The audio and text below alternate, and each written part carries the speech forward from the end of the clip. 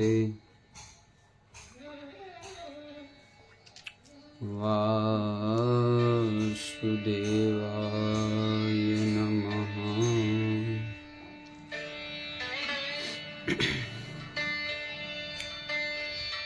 स्वस्ति श्री गणेशाय नमः। श्री सरस्वती नमः।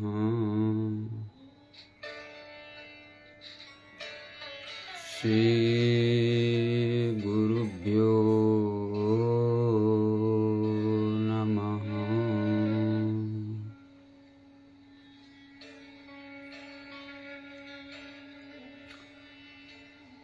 नमो शिवाय च रुद्राय च नमो शक्तिधराय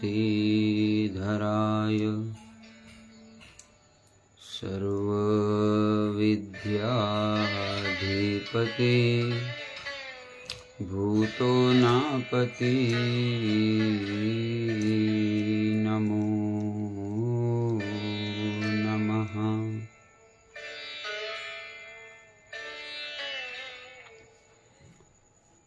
अन्नपूर्णा सदा पूर्णा शंकर प्राणवल्लभा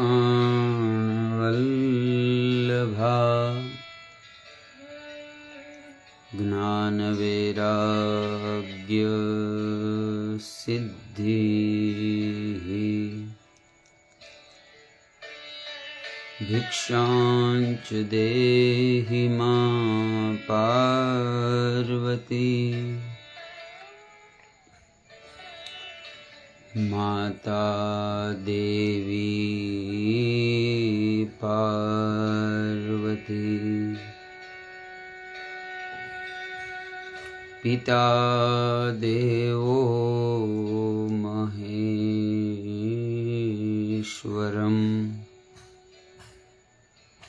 बांधवा सौ शिवभक्तानां सर्वेश देश त्रिलोकेशम्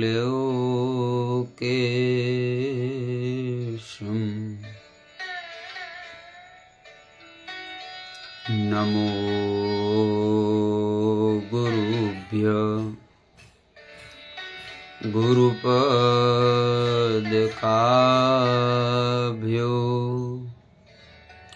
नमो परेभ्यो पदकाभ्यो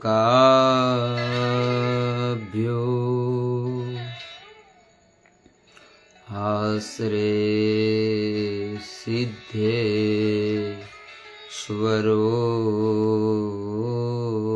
पदकाभ्यो नमस्ते श्री सद्गुरुदेव पदकाभ्यो ध्यानं मूलं गुरुर्मूर्ति पूजामूलं गुरुर्पदम् मंत्रं मूलं गुरुर्वाक्यम् मोक्षं मूलं गुरुकृपा।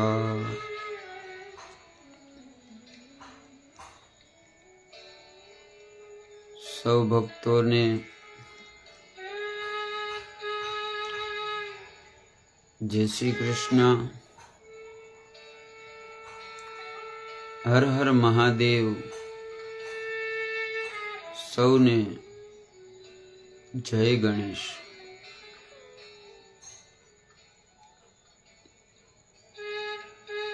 વાલા ભક્તો,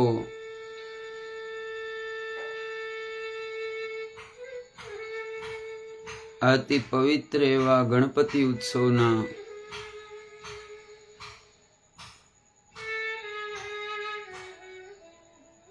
આ મંગલમય અનુષ્ઠાનમાં આ 10 દિવસના ગણપતિ ઉત્સવના આ 8મા દિવસના એટલે કે આજે ભાદર સુદ એકાદશી, જેને જળઝીળી એકાદશી કહેવાય, કે ભગવાન ઠાકોરજી લોકોના ઘરે ઘરે પધરામણી કરી જળ ઝીલે છે અને જળઝીળી એકાદશી કહેવાય.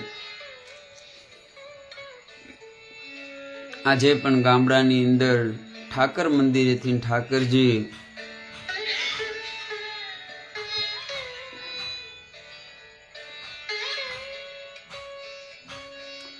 લોકોના ઘરે ઘરે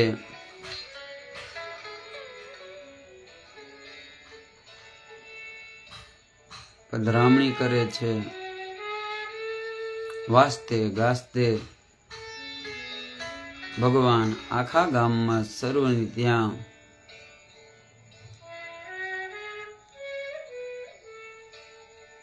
પધારે છે.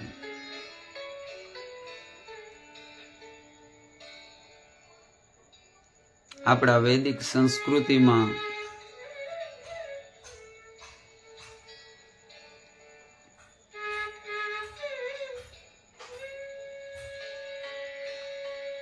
આ બધા ઉત્સવો પ્રસંગો એ કાંઈ ને કાંઈ સાંકેતિક અને લોક જીવનની માટે ઉપયોગી બને આવા હેતુથી આપણા ઋષિનું ચિંતન. આ જળઝીળી એકાદશી એટલે કે જાણે મને તમને ઋષિઓ સંકેત આપે છે કે આ 4 મહિનામાં જે જળ આકાશમાંથી પરમાત્માની કૃપાથી વરસે એને ઝીલવું એટલે કે એનું સંગ્રહ કરવો, એને બચાવવું, અને એ જ જળ બાકીના આવનાર વર્ષ સુધી મારા તમારા જીવનની અંદર, કાર્યની અંદર, કેમ કે જળ એ જીવન છે, જળનું જતન. માણસ જળ વગર એક દિવસ પણ રહેવું અઘરું પડી જાય. આના વગર માણસને ઘણો સમય વીતી જાય, પણ જળ એ તો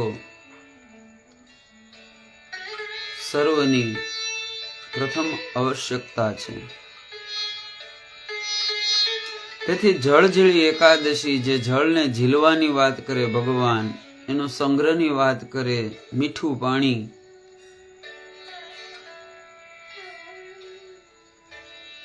આપણે જોયું છે મોટા મોટા નગરોમાં, મોટા મોટા શહેરોમાં જ્યારે ઉનાળાના સમયમાં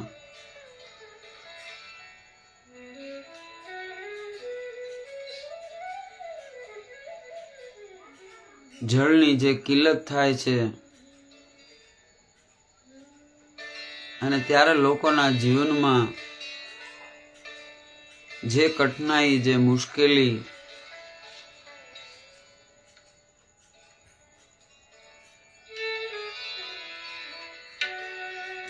થાય છે,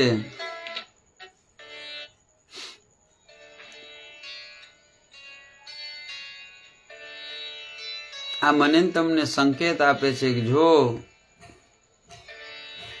માનવ જાતિ આ જળનું જતન નહીં કરે તો એક સમય એવો આવશે કે માનવ માત્રને જળ માટે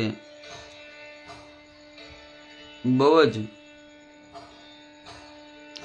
તકલીફ સહન કરવી પડશે.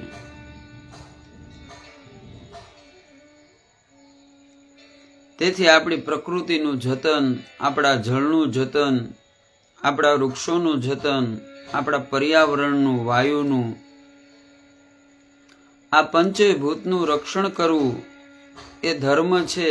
અને જેમ મેં કીધું એમ ધર્મ તે રક્ષેતી ધર્મ, આપણે આ પ્રકૃતિની રક્ષા કરવી ને પ્રકૃતિ મારીને તમારી રક્ષા કરે.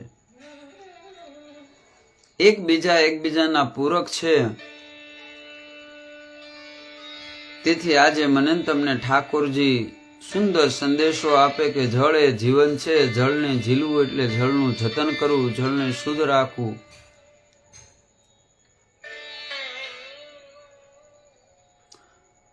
જળનો બગાડ કરવો નહીં, જળનો દુરુપયોગ કરવો નહીં. આપણું શાસ્ત્ર તો કે વાણી અને પાણી એનો માણસે યોગ્ય વિવેકપૂર્વક ઉપયોગ કરવો જોઈએ. કેમ કે જો હું તમે આ પ્રકૃતિની અનમોલ, જેનો કોઈ મોલ નથી, ઈશ્વર જ્યારે વરસાદની કરુણા કરે અમૂલ્ય છે. પણ આપણે જોવી જ્યારે મોટા નગરોમાં, મહાનગરોમાં, અરે સામાન્ય હવે તો જળ જ્યારે આપણે વેચાતું લેવું પડે ત્યારે જળની આપણે કિંમત કરવી. પણ જ્યારે જળ હોય ત્યારે આપણે મ્યુનિસિપાલિટીનું જ્યારે જળ આપણને મળતું હોય ત્યારે માણસના ટાંકા ભરાઈ જાય, પછી રોડ ઉપર પાણી જાતું હોય, બગાડ થતો હોય, એનો દુરુપયોગ થતો હોય. આપણને એની તકેદારી રહેતી નથી. આપણને એમ થાય કે એમાં શું વાંધો, પણ અસ્તિત્વ આ બધું જોવે છે. અસ્તિત્વમાં કોઈ વસ્તુ એનો દુરુપયોગ કરવાનો કોઈને પણ અધિકાર નથી. તેથી શાસ્ત્ર તો એમ કહે છે કે જો આપણે જળનો દુરુપયોગ કરવી, અકારણ એને બગાડ કરવી, તો આજની તો કાલી જળની કિલ્લત આપણે ભોગવવી પડે છે. તેથી જળનું જતન કરો, પ્રકૃતિનું જતન કરો. આ બધા ધર્મ છે. તેથી તો આપણી પૂજામાં પ્રથમ વરુણદેવનું પૂજન આવે છે. આ વરુણદેવની પૂજા, આ કળશનું પૂજન એવું માત્ર કળશનું પૂજન છે? એ ઋષિઓ મને તમને સંકેત આપે છે કે આ જળ જીવન છે. જો જળનું આપણે જતન નહીં કરવી તો માનવતા આખી સંકટમાં આવશે.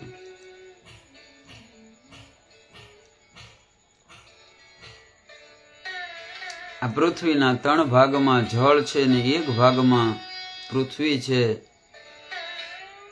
મારા અને તમારા શરીરમાં 70% જળ છે અને બાકીના 30%માં માંસ, હડ્ડી, આ બધું છે. બાકી 70% એ જળ દ્વારા છે. તેથી જળની શરીરને વધારે જરૂર છે. માણસને જ્યારે ડાયરિયા થઈ જાય, વામિન થઈ જાય અને એકાએક માણસનું જળ ઘટી જાય, જો કાળજી ન લેવામાં આવે તો માણસના પ્રાણ જતા પણ વાર નથી લાગતી.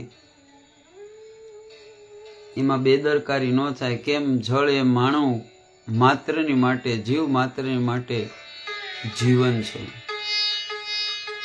તેથી આપણા ઋષિએ પ્રથમ પૂજામાં જળની પૂજા બતાવી, વરુણદેવની પૂજા બતાવી. આ સમસ્ત પ્રકૃતિ એના કોઈ મૂળભૂતમાં આધાર હોય તો એ જળ છે. તેથી તો આ જળઝીળી એકાદશી ભગવાન ઠાકોરજી ઘેરે ઘેરે આવીને સંદેશો આપે કે આ જળનું તમે જતન કરો. જળને તમે સ્વસ્થ રાખો. સરોવરને, ડેમને, કુવા, વાવ,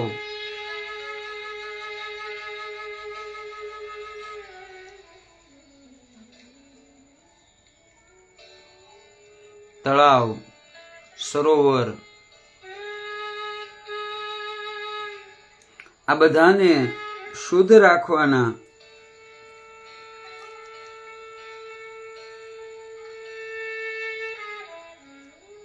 મારા ને તમારા શરીરમાં કાંઈ પણ રોગ આવે એનું કારણ છે કે આપણું જળ દૂષિત થાય અને પરિણામે રોગ આવે શરીરમાં.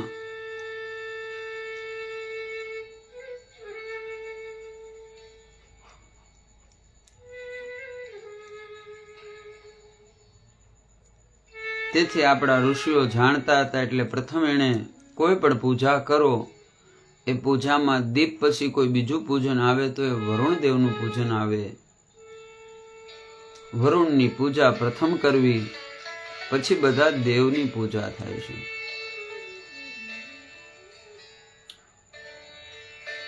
પૂર્વે ઋગ્વેદાય નમઃ, દક્ષિણે અજુર્વેદાય નમઃ, પશ્ચિમે સામવેદાય નમઃ, ઉત્તરે અથર્વેદાય નમઃ, કલશ મધ્યે અપાપાયો વરુણ કલશાધિપતિ દેવતાય નમઃ. ચારે દિશામાં, ચારે કાળમાં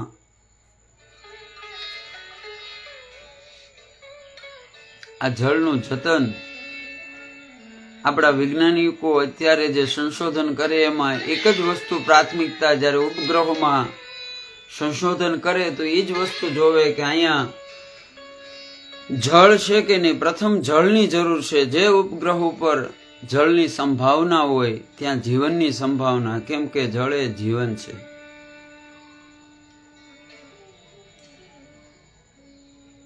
તેથી ઠાકરજી મને તમને ઉપદેશ આપે, જળ ઝીલો. જળ ઝીલો એટલે કે જળનું જતન કરો.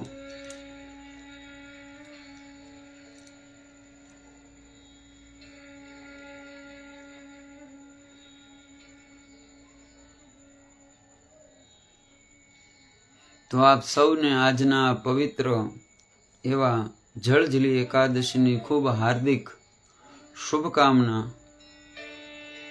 અને આવો આપણે પણ સંકલ્પ લેવી કે આપણે આપણી આજુબાજુમાં સરોવર, ડેમ, કૂવો, કોઈ પણ એવું જળનું સ્તોત્ર હોય એમાં ક્યારે પણ કોઈ પ્રદૂષણ થાય, કોઈ ગંદકી થાય, કોઈ કચરો, આજે લોકો જે કાંઈ કચરો ભેગો થાય એ બધો જળમાં નાખે કાં તો તળાવમાં નાખે. આ બધું આપણે આપણા જીવન અને આપણા પર્યાવરણને દૂષિત કરવી છે.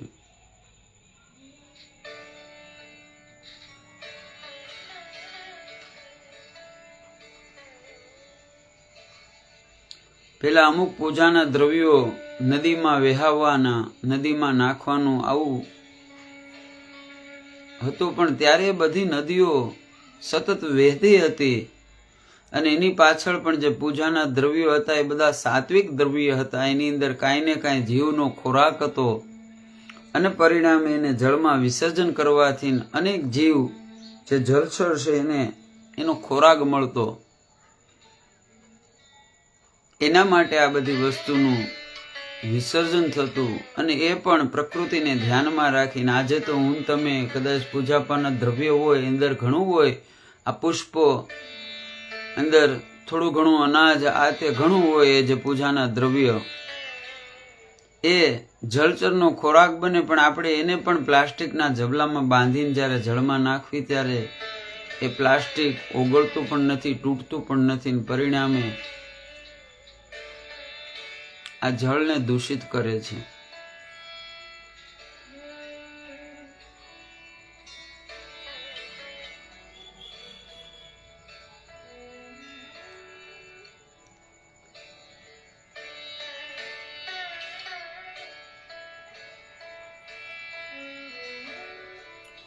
તેથી ભગવાને,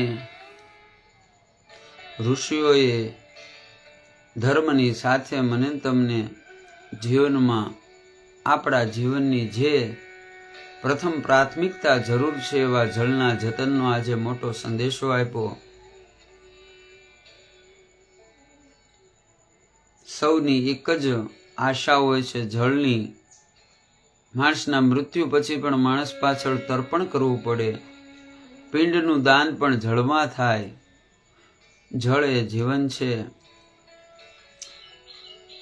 અને એની માટે આ બધી વસ્તુનો વિવેક, અને વિવેકના દેવા ગણપતિ એટલે કાલે આવ્યું ગજાનંદમ ભૂત ગણાધીશ એવિતમ કપિ તથો જંબુ ફલચારુ ભક્ષણમ ઉમાસુતમ શોક વિનાશ કારણમ. ઉમાના સૂત જે કાયમને માટે નિર્દોષ બાળક સમાન છે, હે પરમાત્મા, અમારી અંદર પણ પડેલા એ અમારા બાલ્ય ભાવનું તમે જતન કરો, અમારા એ બાલ્ય ભાવની તમે રક્ષા કરો.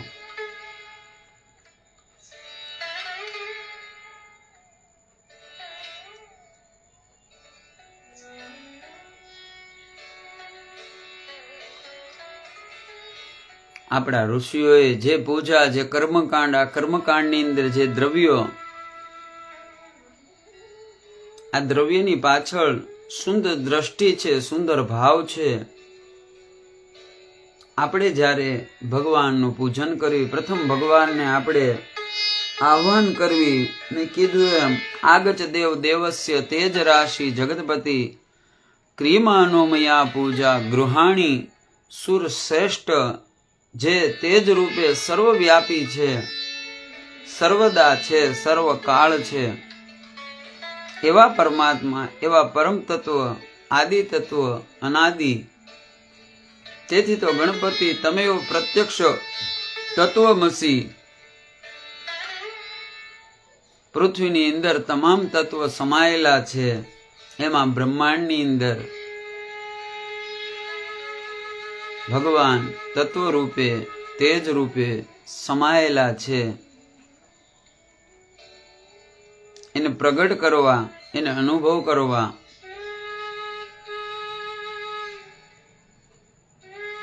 પિંડે બ્રહ્માંડે, બ્રહ્માંડે પિંડે, જે આ મારા તમારા પંચભૂત શરીરના પિંડની અંદર, એ જ આ બ્રહ્માંડની અંદર છે. આપણા વૈજ્ઞાનિક કહે છે કે આપણા માનવ મસ્તિષ્ક, મગજ, આ બ્રહ્માંડ જેટલા એની અંદર તારાઓ છે, એના કરતા પણ અસંખ્ય આપણા મગજની અંદર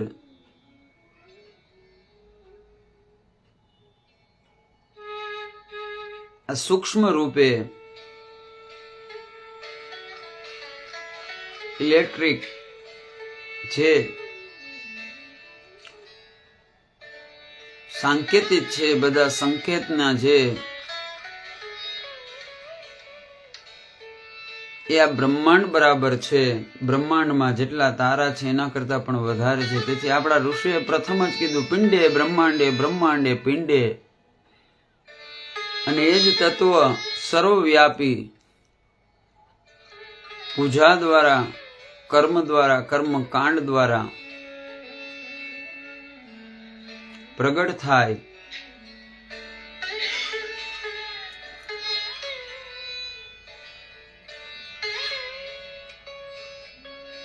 ભગવાનનું આહ્વાન થાય એટલે આપણે ભગવાનને, બ્રાહ્મણો કહે છે તમે પંચામૃત દ્વારા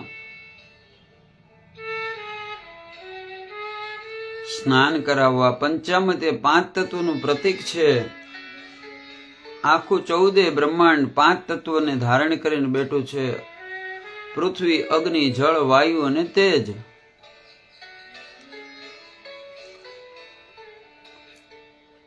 એ આ પંચ તત્વોનું મારું તમારું શરીર છે. આ પંચ તત્વ અને તેની માટે પંચામૃત છે. આ 5 તત્વો એ અમૃત પણ છે.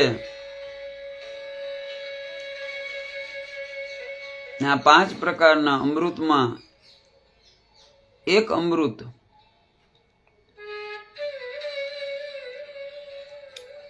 જેના મંથન દ્વારા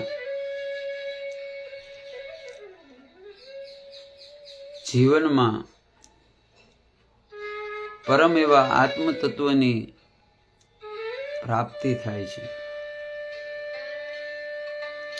કામધેનો રસો માતા ગૌરી પદમાં ગાયત્રી, સમુદ્ર મંથને ઉત્પન્નો દેવ ઋષિ કાર્યે, પયોતુ સત્વગુણ રક્ષાણી દહીં મંથનો સાત્વિક મન, ઘ્રતિ આત્મજ્યોતિ આત્મદર્શનમ, મધુ સર્વ વિશ્વ સામૂહિકતા સર્વલોક એકાત્મનમ, શકરા મિલિતમ મમ આત્મરૂપે વિશ્વાત્મન સર્વરૂપે તમેવ કેવલ તત્વમસી.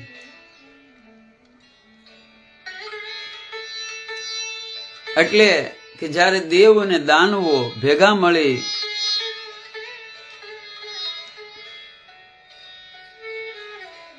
સમુદ્રનું મંથન કર્યું, મંથનની પાછળ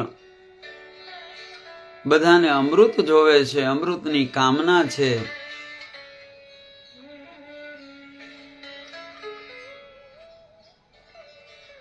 અને દેવ દાનવ સમુદ્રને મથવા માટે તૈયાર થાય. આ સમુદ્ર મંથન વખતે પ્રથમ તો વિષ નીકળ્યું,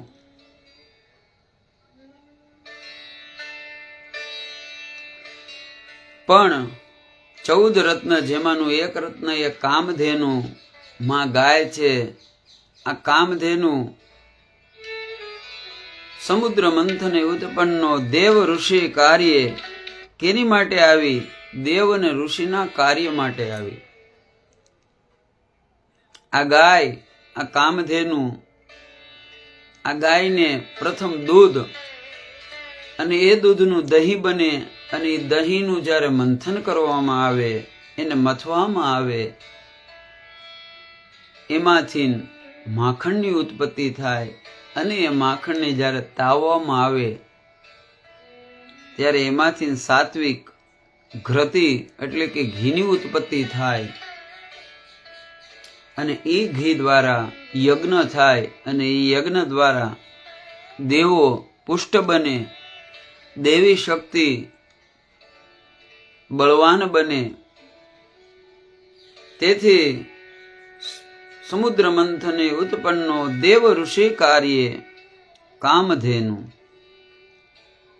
પયો તો સત્વગુણ રક્ષાણી. આ પયો દૂધ એ સત્વગુણનું પ્રતીક છે, સત્વતાની રક્ષાણું, સાત્વિકતાને બળ આપે છે. મેં કીધું એમ 3 ગુણની પ્રકૃતિ, રજોગુણ, તમોગુણ અને સત્વગુણ. જેને સાધના કરવી, જેને જીવનમાં ઈશ્વરના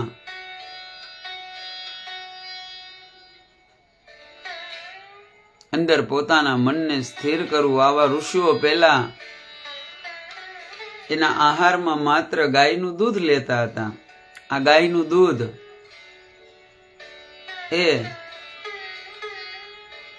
સાત્વિક છે, નિર્વિકાર છે,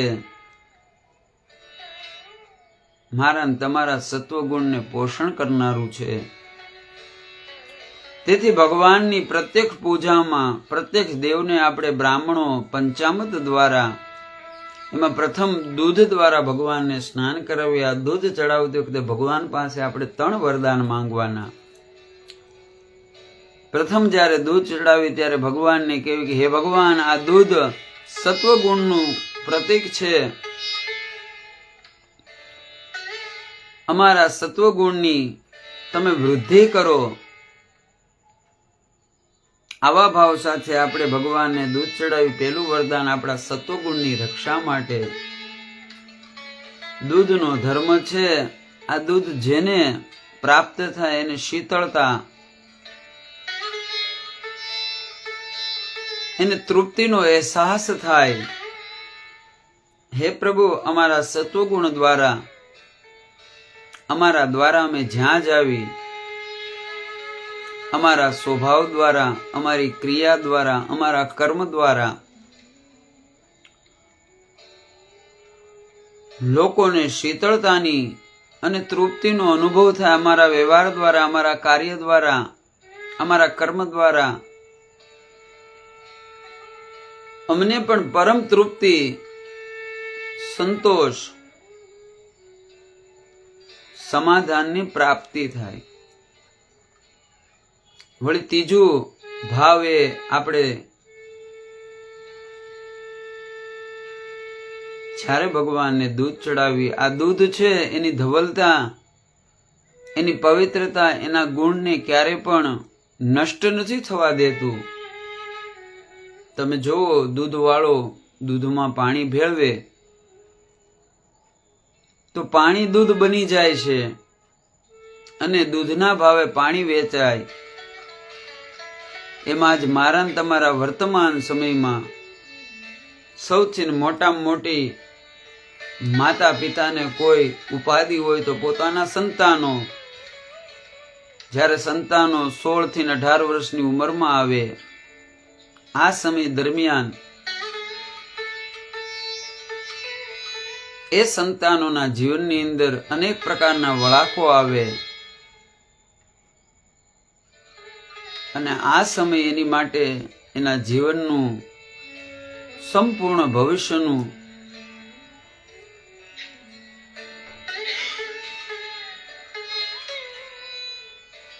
કાયમની માટે નિર્ધારિત કરવાનો આ યોગ્ય સમય.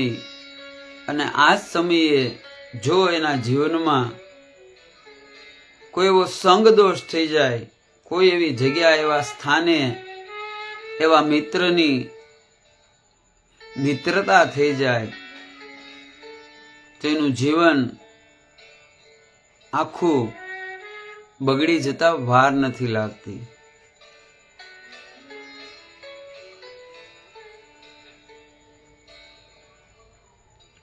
તેથી દૂધ ચડાવતી વખતે ભગવાનને પ્રાર્થના કર્યું કે હે પ્રભુ, આ દૂધ પોતાની પવિત્રતા, પોતાની નિર્મળતા, પોતાના ગુણને ક્યાંય ખોતું નથી. એમ અમારા સંતાનો, અમારા બાળકો સમય આવે સમાજમાં, રાષ્ટ્રમાં અભ્યાસ માટે, વેપાર માટે, કોઈ પણ રીતે એને ક્યાંય પણ જવાનું થાય, આપણું બાળક છે કુળની પરંપરાના સંસ્કાર અંદર જ છે. જ્યાં સુધી આ વાતાવરણમાં હોય ત્યાં સુધી એનામાં કોઈ વિકાર નથી આવતો.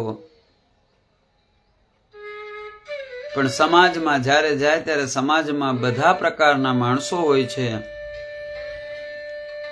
અને આ 16 થી 18 વર્ષની ઉંમર એ એવી ઉંમર છે કે આ સમયે યોગ્ય માર્ગદર્શન, જોશ ઘણો હોય બાળકોમાં પણ હોશ નથી હોતો ને પરિણામે ઉત્સાહમાં, આવેશમાં અનેક પ્રકારની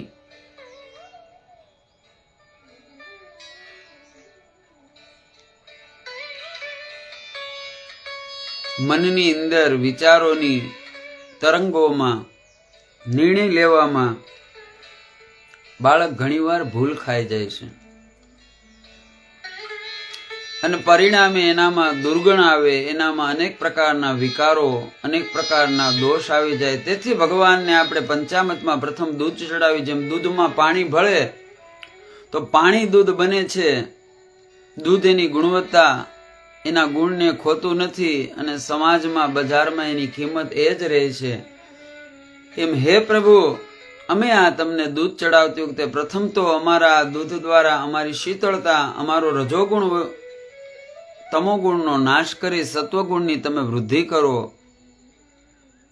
દૂધ જે પીવે એને તૃપ્તિ થાય, દૂધ જેને મળે એને પુષ્ટિ મળે, શક્તિ મળે. એમ અમારા દ્વારા, અમારા કર્મ દ્વારા લોકોના હૃદયમાં શીતળતા આવે, અમારા કાર્ય દ્વારા લોકોને તૃપ્તિ થાય, સાથે અમે પણ તૃપ્ત બનવી.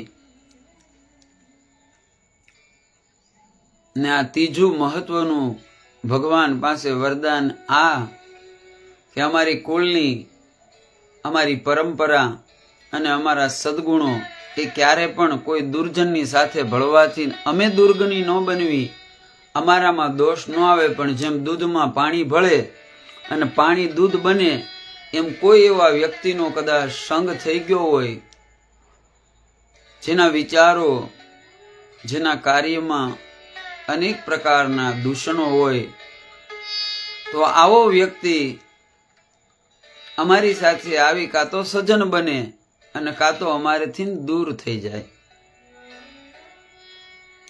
અમે ન બગડવી, અમારી ધવલતા, અમારી પવિત્રતા અને અમારી વંશની પરંપરા એ ટકી રહે. તેથી તો આપણે આ પ્રથમ પંચામૃતમાંથી ભગવાનને દૂધ ચડાવી અને બદલામાં ભગવાન આ મને તમને 3 વરદાન આપે છે.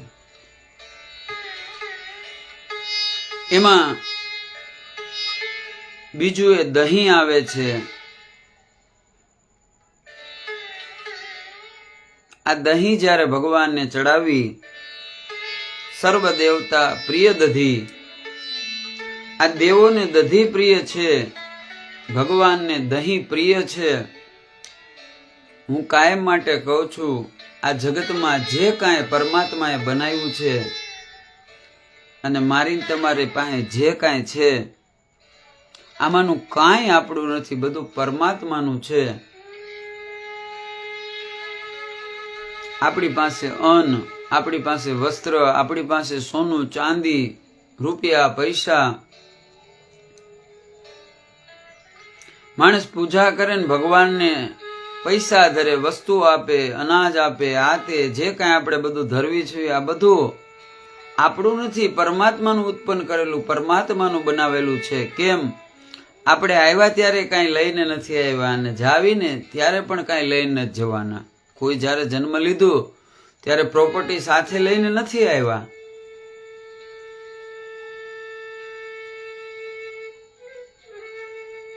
તેથી આ જગતમાં કાંઈ આપણું નથી, ભગવાનને આપણે અર્પણ કરવું પડે. પ્રથમ મેં કીધું એમ પેલા દેવું પડે. અને આ દહીં ચડાવી અને આ જગતમાં આપણું કાંઈ હોય તો ભક્તો એક જ વસ્તુ છે, કામ, ક્રોધ, લોભ, ઈર્ષા, રાગ, દ્વેષ, આ બધા અહંકાર, આ બધા અભિમાન, આ બધા દોષો એ બધા આપણા છે. કેમ કે એની કમાણી આપણે કરી છે, પરમાત્માએ આ ભેગું નહોતું આપ્યું. કાલે આવ્યું એમ કે બાળક જન્મે ત્યારે નિષ્કપટ હોય, નિર્દોષ હોય છે, એનામાં કોઈ દોષ નથી, એને કોઈની પ્રત્યે રાગ નથી, એને ઈર્ષા નથી, વેર નથી.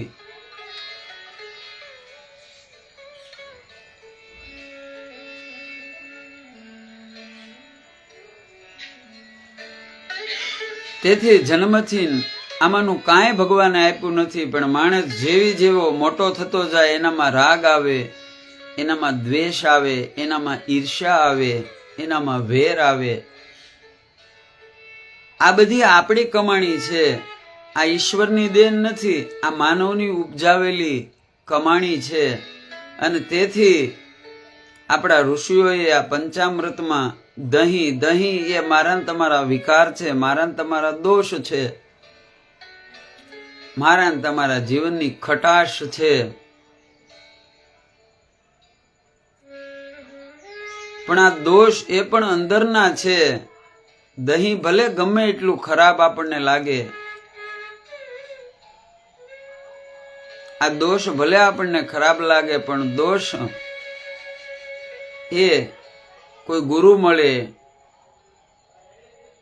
અને જ્યારે આપણે ભગવાનને આપણા દોષ સમર્પિત કરવી, જેમ આપણે ભગવાનને દહીં ચડાવી ત્યારે ભગવાનને કહેવી કે આ કામ, આ ક્રોધ, આ રાગ, દ્વેષ, ઈર્ષા, કોને નથી ખબર કે આ રાગ, દ્વેષ, ઈર્ષા પરિણામે આપણને જ દુઃખ આપે છે. કોઈની ઈર્ષા કરવાથી કોઈ દી કોઈનું સારું નથી થયું, પરિણામે એનું જ ખરાબ થયું. વેર કોઈ દી માણસને શાંતિ ન આપે, ઈર્ષા માણસના વિકાસને રૂંધી દે. આ જગતમાં જેને જે મળે એ પોતાના કર્મ દ્વારા મળે છે, પ્રારબ્ધ દ્વારા મળે છે.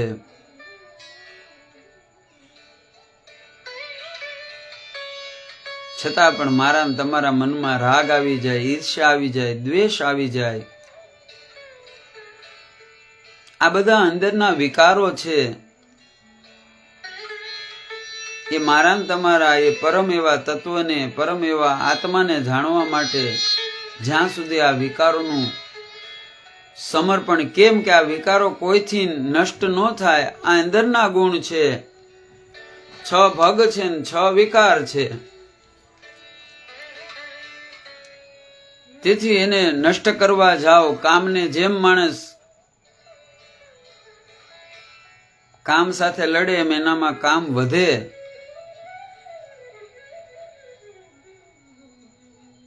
લોભ વધે, ઈર્ષા વધે. આ બધા અંદરના વિકારો છે. આને કોઈ માણસ નો વિજય પામી શકે.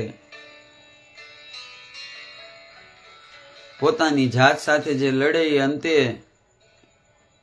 એ પોતે જ પરાજય થાય.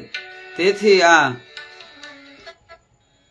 દહીં એ મારા ને તમારા વિકાર છે. ભગવાનને ચડાવતી વખતે કહેવાનું કે હે ભગવાન, અમે ઠાકી ગયા.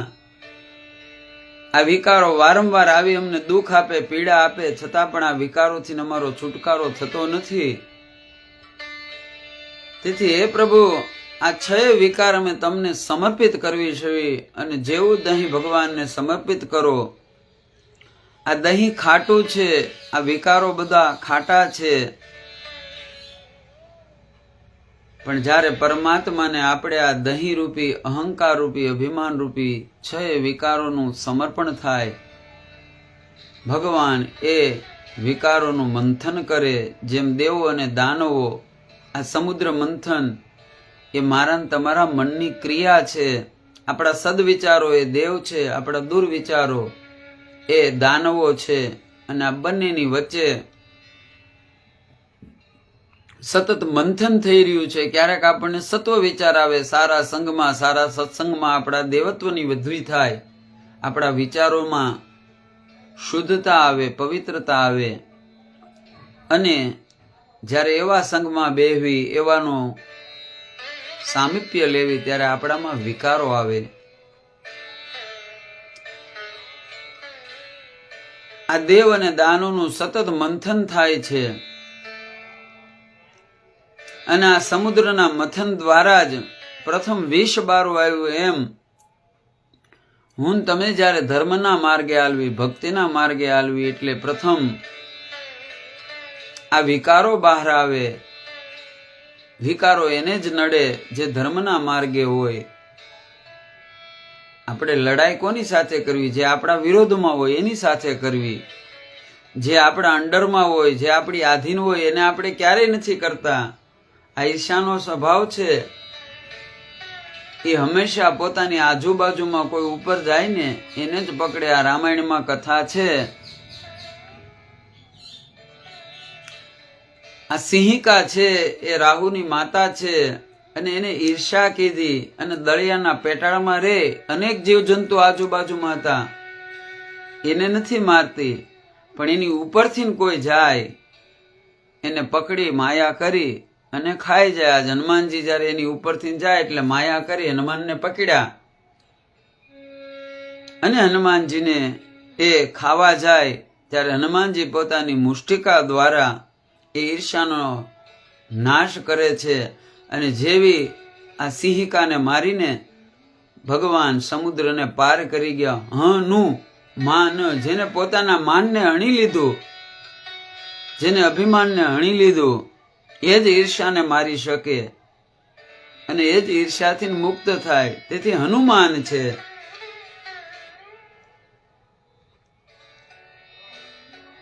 તેથી ભગવાનને આ દહીં અર્પણ કરો ત્યારે દોષ આપો, કેમ કે દોષ જ આપણા છે, બાકી તો બધું પરમાત્માનું છે. આપણું કેવલ દોષ છે.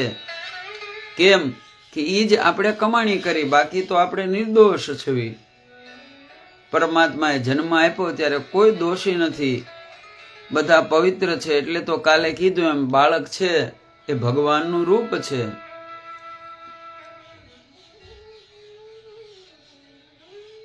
અને ભગવાન આ દહીંનું મંથન કરે, આ ખાટું દહીં, પણ જ્યારે એનું મંથન કરે એમાંથી સાત્વિક, મીઠું અને મધુર સૌમ્ય માખણ બને છે.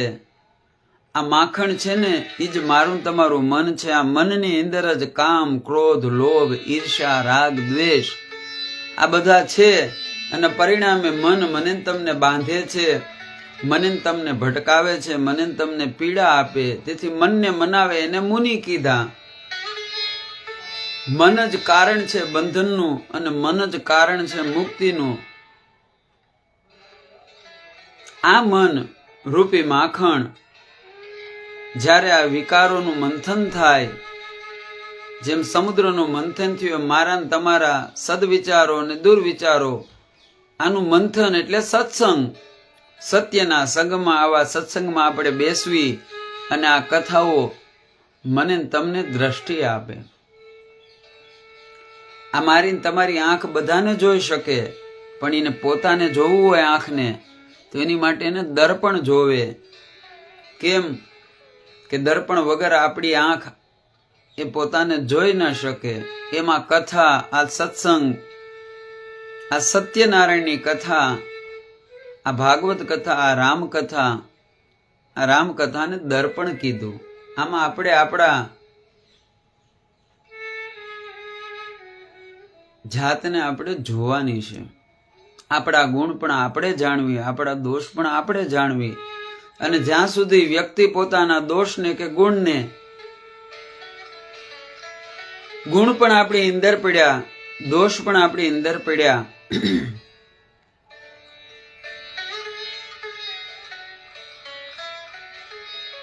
ને આપણે જેનો ઉપયોગ કરી શકવી, આપણે જેનો નિકાલ કરી શકવી, એટલે દોષ આપણા દ્વારા જાહે નહીં પણ એનું સમર્પણ થાય અને ભગવાનને સમર્પણ કરવામાં આવે, દહીં ચડાવવામાં આવે, દહીંનું મંથન થાય. ખાટું દહીં હોય પણ એને મથી નાખવામાં આવે, એનું મથામણ થઈ જાય. એમ કોઈ ગુરુ, કોઈ દેવ, એને જ્યારે આપણે આપણી જાત સમર્પિત કરવી, અને સમર્પિત કરવી એટલે આપણે દોષ જ દેવાના. ગુરુ છે એ જ્ઞાન નથી દેતા, આપણા અજ્ઞાનને લઈ લે છે. જ્ઞાન તો પડ્યું છે, જ્ઞાન લેવાની દેવાની વસ્તુ નથી. જ્ઞાન એ સર્વની અંદર પડ્યું છે, માત્ર અજ્ઞાનનો પડદો છે. આ ગુરુ શું કરે? આપણા અજ્ઞાનને લઈ લે. પ્રત્યેક જીવ પિંડે બ્રહ્માંડે, બ્રહ્માંડે પિંડે.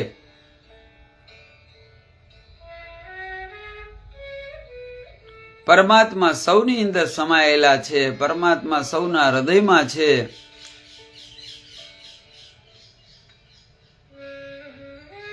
આ મારા ને તમારા અંગૂઠા અને તર્જળી આંગળીની વચ્ચેનો જે ભાગ છે એ ભાગ જેટલું ભગવાનનું સ્વરૂપ આપણા હૃદયમાં સ્થિર છે. પણ આ 6 વિકારના લીધે એ પરમાત્માને આપણે અનુભવી નથી શકતા. જેમ સૂર્ય હોય પણ વાદળું આડું આવે એનો અર્થ એવો નથી સૂર્ય દેખાય નહીં, પણ સૂર્યનું અસ્તિત્વ ક્યાંય નાશ ન થાય. એમ મારા તમારા અંદર જ પરમાત્મા છે, મારી તમારી અંદર જે આત્મ તત્વ રૂપે પરમાત્મા છે. પણ આ વિકારોના લીધે, રાગના લીધે, દ્વેષના લીધે, ઈર્ષાના લીધે એ ઈશ્વરને આપણે જાણી નથી શકતા, એને અનુભવી નથી શકતા. એની માટે કોઈ ગુરુ જોવે. આ ગોસ્વામી તુલસીદાસ કાલે આવ્યું એમ જ્યારે રામાયણની રચના કરે એટલે ઘોષણા કરી કે હવે હું રામાયણ લખી રહ્યો છું, રામનું ચરિત્ર લખી રહ્યો છું. આ રીતની ઘોષણા કરી. જેવા ગોસ્વામીદાસ લખવા ગયા એટલે પ્રથમ પોતાના ગુરુને યાદ કર્યા.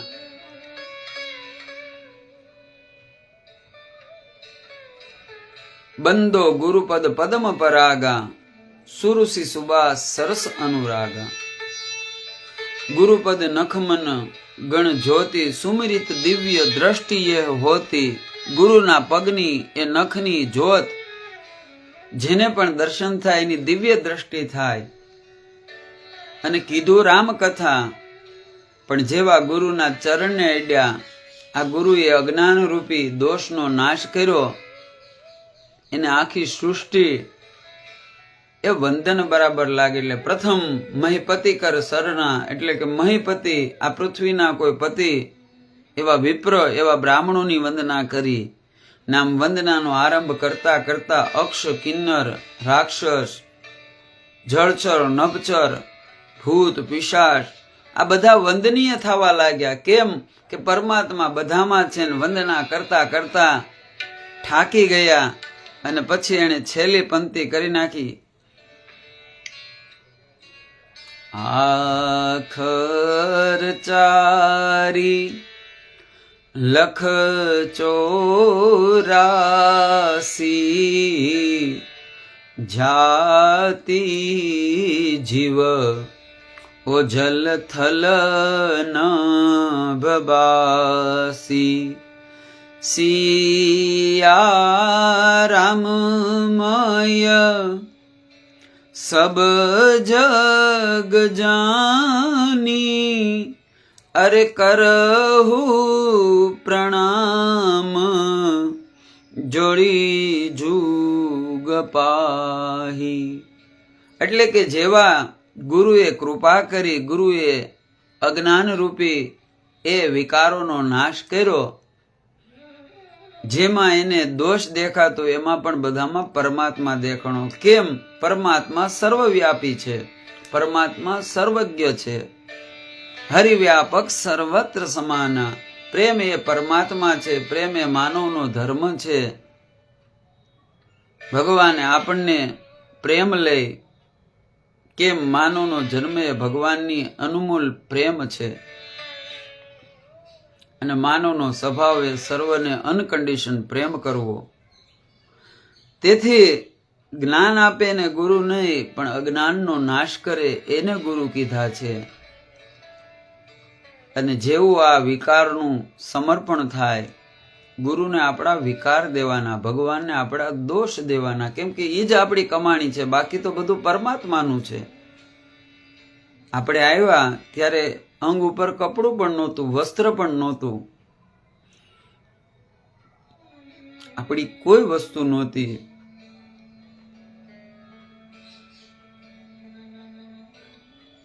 બસ આપણી કમાણી એ વિકાર છે. કેમ કે જન્મતી વખતે આમાંનું કાંઈ નહોતું.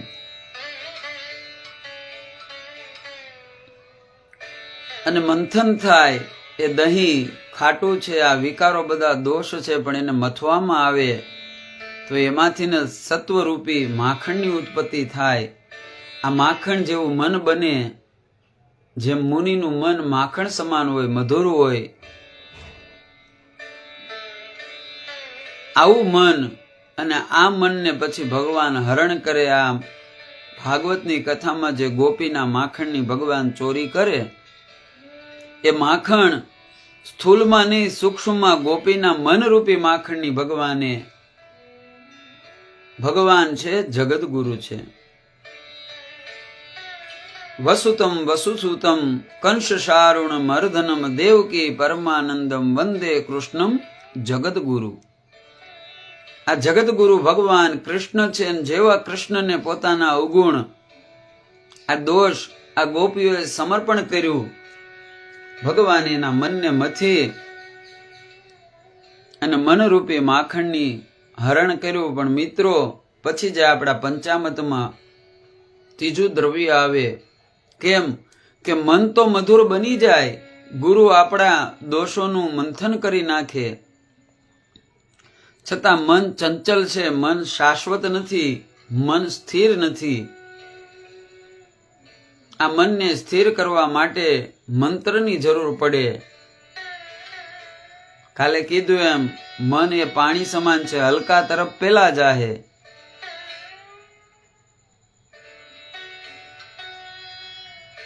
જેમાં અસત્ય છે એમાં મન પેલા દોડ છે. મન એને મલિન કીધું છે.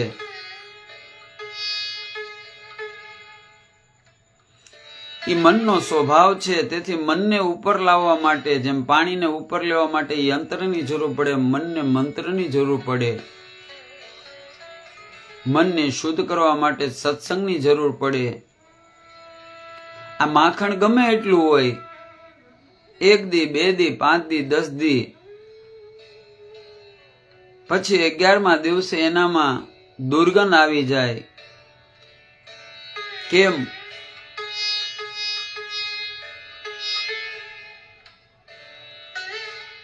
એમાં મન ગુરુના ચરણોમાં જવાથી ગુરુ મથી નાખે, એમાંથી બધા દોષોને દૂર કરી નાખે ને સત્વરૂપી મનને માખણ જેવું બનાવી દે. પણ પછી જો એનામાં તપ ન આવે, કેમ? ભગવાન આપણા દોષને તો હરી લે, પણ પછી સતત આપણે તપ કરવું પડે, સાધના કરવી પડે.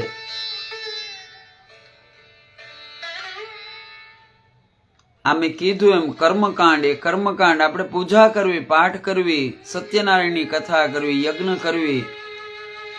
આ કરવી એટલે આપણું મન શુદ્ધ થઈ જાય. બ્રાહ્મણો હેમાદ્રી કરાવે, 10 વિધિ પ્રકારે સ્નાન કરાવે. આના દ્વારા આપણું મન શુદ્ધ બની જાય, પવિત્ર બની જાય.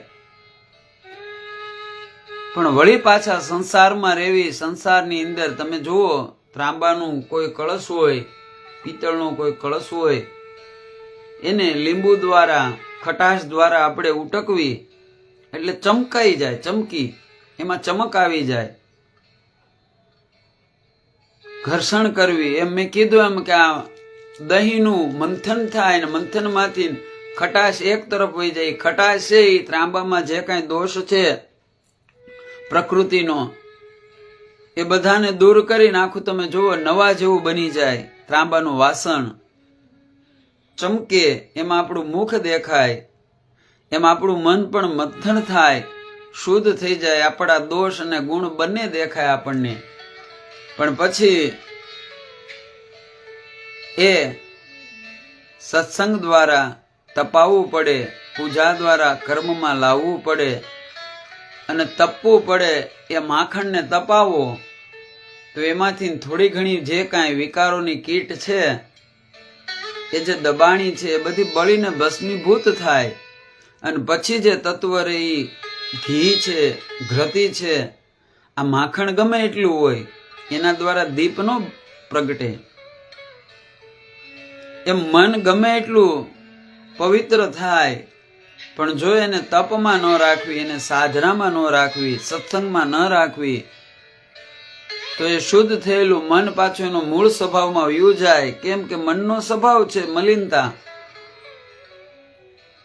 તેથી વારંવાર આપણે પૂજા કરી મન તો શુદ્ધ થઈ જાય, પણ વળી પાછા આપણે તપ નથી કરતા. કેમ? મેં કીધું એમાં કર્મકાંડ છે, આપણે ક્રિયાકાંડ કરવી. આજે બહુ કરે લોકો પૂજા પાઠ, પણ આ બધી ક્રિયાઓ થાય છે, કર્મકાંડ નથી થતું. કર્મકાંડ એને કહેવાય કે જે મંત્ર, જે ભાવ, જેમ આવ્યું કાલે કે દીવાના દર્શન કરો ત્યારે દીપ પાસે માંગો કે શુભમતી કરો તે કલ્યાણમ. હે દીપ દેવતા, અમારું શુભ કરો, અમારું કલ્યાણ કરો. એ માત્ર પહેલેથી પૂજા કરો ત્યારે નહીં, પછી રોજ આપણા ઋષિઓએ કીધું કે આપણે દીવો કરવાનો, અને 3 ટાઈમ દીવો કરો, ત્રિકાલ સંધ્યા કરો, અથવા તો 2 ટાઈમ સવાર અને સાંજે. ત્યારે જ્યારે દીવાના દર્શન કરો, જ્યારે સૂર્યના દર્શન કરો, ત્યારે આ માંગવાનું, અમારું શુભ કરો, અમારું કલ્યાણ કરો. જો આ ભાવ તમારામાં આવી જાય તો તમારું કર્મકાંડ પછી રોજ કરવાનું. રોજ તમે કરો એટલે તમારી શુભતા વધે, તમારું કલ્યાણ વધે. અને જ્યાં શુભતા અને કલ્યાણ હોય ત્યાં આરોગ્ય આવે, અને આરોગ્ય આવે તો માણસમાં બળ આવે, બળ આવે તો માણસ જીવનમાં જે ધારે એ કરી શકે.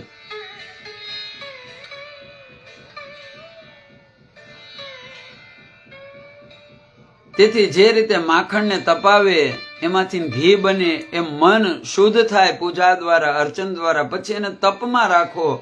તપ એટલે સત્યનો સંગ કરો, સત્સંગ કરો. આ બધું તપ છે.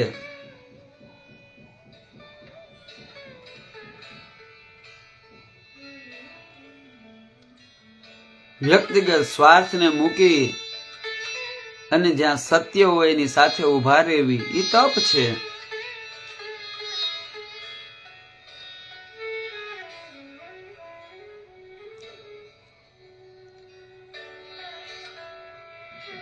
અને એ તપ દ્વારા માખણ બળે અને ઘી બને, ને આ ઘી દ્વારા દીપ જલે. એમ મારું તમારું મન ગુરુદેવની કૃપાથી, પૂજાથી, પાઠથી શુદ્ધ થઈ જાય. પછી જો એને તપાવવામાં આવે, પછી આવા સાધુનો સંગ કરવામાં આવે, વ્રત દ્વારા, પૂજા દ્વારા, માળા દ્વારા, મંત્ર દ્વારા સતત મનને ઉપર તરફ, જેમ અગ્નિનો નિયમ છે ઉપર, એમ મન ઉપર ઉપર ઉપર એ રીતે પરમાત્મા તરફ ગતિ કરે. એને જ તપ કીધું. અને આ તપ દ્વારા ધીરે ધીરે મનમાંથી જીવાત્મા આત્મામાં પ્રવેશ કરે. આ દીવો છે આત્માનું પ્રતીક છે. આત્માનું જ્ઞાન એ જીવને મળી જાય. તેથી ત્રીજું આપણું પંચામૃતમાં ઘી છે. આ ઘી દ્વારા પુષ્ટિ થાય. ઘી દ્વારા એમાં આત્મા જ મને તમને પુષ્ટિ આપે. આત્માનું બળ એ અવિનાશી છે. ઘણા માણસ હોય જોવામાં હાવ મળખુડિયા જેવા હોય, પણ છતાં એનો આત્મવિશ્વાસ, એનું આત્મબળ એટલું બધું હોય કે આ જગતનું કોઈ એવું કામ હોય એ કામમાં ક્યારેય પાછા ન પડે. આ જગતમાં કાર્યની શક્તિ આત્માથી હંકાય છે. હે તમે ગાંધી બાપુનું રૂપ જોવો, હે પવનનો હારો જોટો આવે ને તો પણ ગાંધી બાપુ પવનમાં પડી જાય, આવું દુબળું શરીર, પણ એટલા બ્રિટિશો એની પાછળ, એનો સત્યાગ્રહ, આ બળ શેનું હતું? એ આત્માનો પ્રકાશ હતો. તેથી આ જગત આત્માના બળના પ્રકાશથી વિજય પમાય છે. તેથી ત્રીજું ઘી આવે, એ મારું તમારો આત્માનો પ્રતીક છે. મન શુદ્ધ બને જ્યારે આ વિકારો જાય નહીં, એનું સમર્પણ થાય. તેથી હું કાયમ માટે કહું છું કે વિકારોથી ક્યારેય લડવું નહીં. વિકારોને જેમ છોડવા જાઓ, ઈર્ષાને મૂકવા જાઓ, ઈર્ષા વધે, રાગને મૂકવા જાઓ, રાગ વધે, લોભને મૂકવા જાઓ, લોભ વધે. એની સાથે લડવાનું નથી, એનું સમર્પણ કરી દેવાનું. અને સમર્પણ થવાથી એ મનમાંથી વિકારો એ શુદ્ધ બને, માખણ જેવું મન થાય. ને પછી એને તપમાં રાખો, સત્સંગમાં રાખો, આવા સારા કાર્યમાં જ્યાં આવો સત્સંગ થતો એમાં જોડી રાખો. બસ ધીરે ધીરે આપણો આત્માનો પ્રકાશ આપણને પ્રાપ્ત થાય છે, આત્મજ્ઞાન થાય છે, આત્માનો દીપ પ્રજ્વલિત થાય છે. તેથી ત્રીજું આપણે ઘી ચડાવીએ. ઘી મારા તમારા આત્માનો પ્રકાશનો દ્યોતક છે. ભગવાનને પ્રાર્થના કરો કે અમારા આત્મામાં અમારો પ્રકાશ અમને પ્રાપ્ત કરાવો. પણ આ દીવો કહેવત છે ને, દીવા તલે અંધારું, એમ આત્માનો પ્રકાશ થાય, પણ સાથે સાથે આત્મજ્ઞાન, આત્માનો પ્રકાશ આવે, પણ છતાં આ આત્માને પરમાત્મા સુધી પહોંચવાનું. કેમ કે પરમ પ્રકાશ આ દીવો છે, એ મારા તમારા આત્માનું પ્રતીક છે. પણ સારો પવનનો જોટો આવે તો આ દીવો બુઝાઈ જાય. વળી પવન ન હોય તો પણ દીવો બુઝાઈ જાય. પણ આની કથા આવે છે ગોસ્વામી તુલસીદાસ ઉત્તરકાંડમાં. આ જ્ઞાન છે એને દીપની સાથે સરખાયું, પણ ભક્તિ છે ને એને મણી કીધું છે. મણી સ્વયં પ્રકાશી છે. એમ આત્માનું જ્ઞાન થાય, દીપ પ્રગટ થાય, પણ એ દીપમાં વિષયરૂપી વિકારને આવતા વાર ન લાગે. જેમ પવનનો જોટો આવે એમ અભિમાનનો જોટો આવે, વિષયોનો પવન આવે તો એ દીવો બુઝાઈ જાય. થોડું ઘણું જ્ઞાન મળ્યું હોય તપ દ્વારા, આત્માનો પ્રકાશ, આત્માની અનુભૂતિ થઈ હોય, પણ એ આત્મા તમ ગિરિજામતી, જ્યાં સુધી પરમાત્મામાં ન મળે, પરમાત્મા મય ન થાય ત્યાં સુધી. તેથી ચોથું આપણું જે ભગવાનને આપણે પંચામૃત ચડાવી, એમાં પછી બ્રાહ્મણો કે પ્રથમ દૂધ, પછી દહીં, પછી ઘી, અને ચોથું છે એ મધ છે. આ આત્મજ્ઞાન આવે, આત્માનો પ્રકાશ થાય ને પછી મારામાં તમારામાં આ મધની મધુરતા આવવી જોઈએ. આ મધ માખી આ મધ બનાવી ક્યારે બનાવે? તમે ક્યારેક મધના પોળા સામે દ્રષ્ટિ કરજો. આ મધુર મધ આપણે ઘણીવાર ચાખ્યું છે, ખાધું છે. મધ એ ઔષધિ છે. એના દ્વારા ગમે તેવો અસાધ્ય રોગ હોય ને તો એ રોગ મટી જાય છે.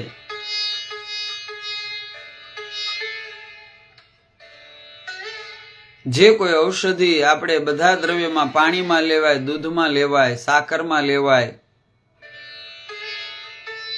આ બધામાં અલગ અલગ રીતે ઔષધિ લેવામાં આવે. પણ શાસ્ત્ર અને વેદ શાસ્ત્ર, આયુર્વેદ એમ કહે છે કે જ્યારે કોઈ પણ ઔષધિ શુદ્ધ મધની સાથે લેવામાં આવે ને એની શક્તિ લાખ ગણી થઈ જાય. જે માણસ 1 મહિને સાજો થતો હોય, જો મધ ઓરિજિનલ હોય ને એની સાથે યોગ્ય ઔષધિ લેવામાં આવે તો જે 1 મહિને રોગ મટવાનો હોય માણસને માત્ર 1 અઠવાડિયામાં મટી જાય. આ મધની તાકાત છે. આ મધ છે એની અંદર તમામ પ્રકારની ઔષધિઓ છે.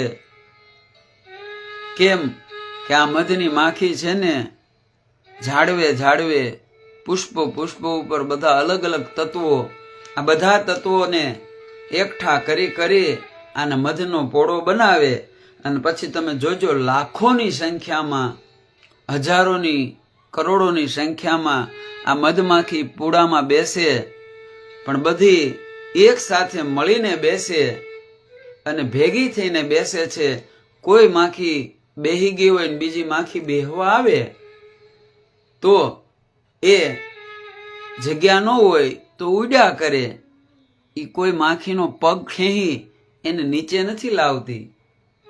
એ મારા ને તમારા જીવનમાં આત્માનું જ્ઞાન આવે, પ્રકાશ આવે, વિકાસ આવે તો આ વિકાસ પછી સમાજનો, રાષ્ટ્રનો, પરિવારનો, કુટુંબનો, જ્ઞાતિનો, આ બધામાં જે રીતે આ મધમાખી સમૂહમાં ભેગી મળી સામૂહિક પ્રયાસ કરે અને સમૂહમાં બધી એક થઈ અને મધની ઉત્પત્તિ કરે, એમ મારે તમારે જીવનમાં જો મધુરતા જોતી હોય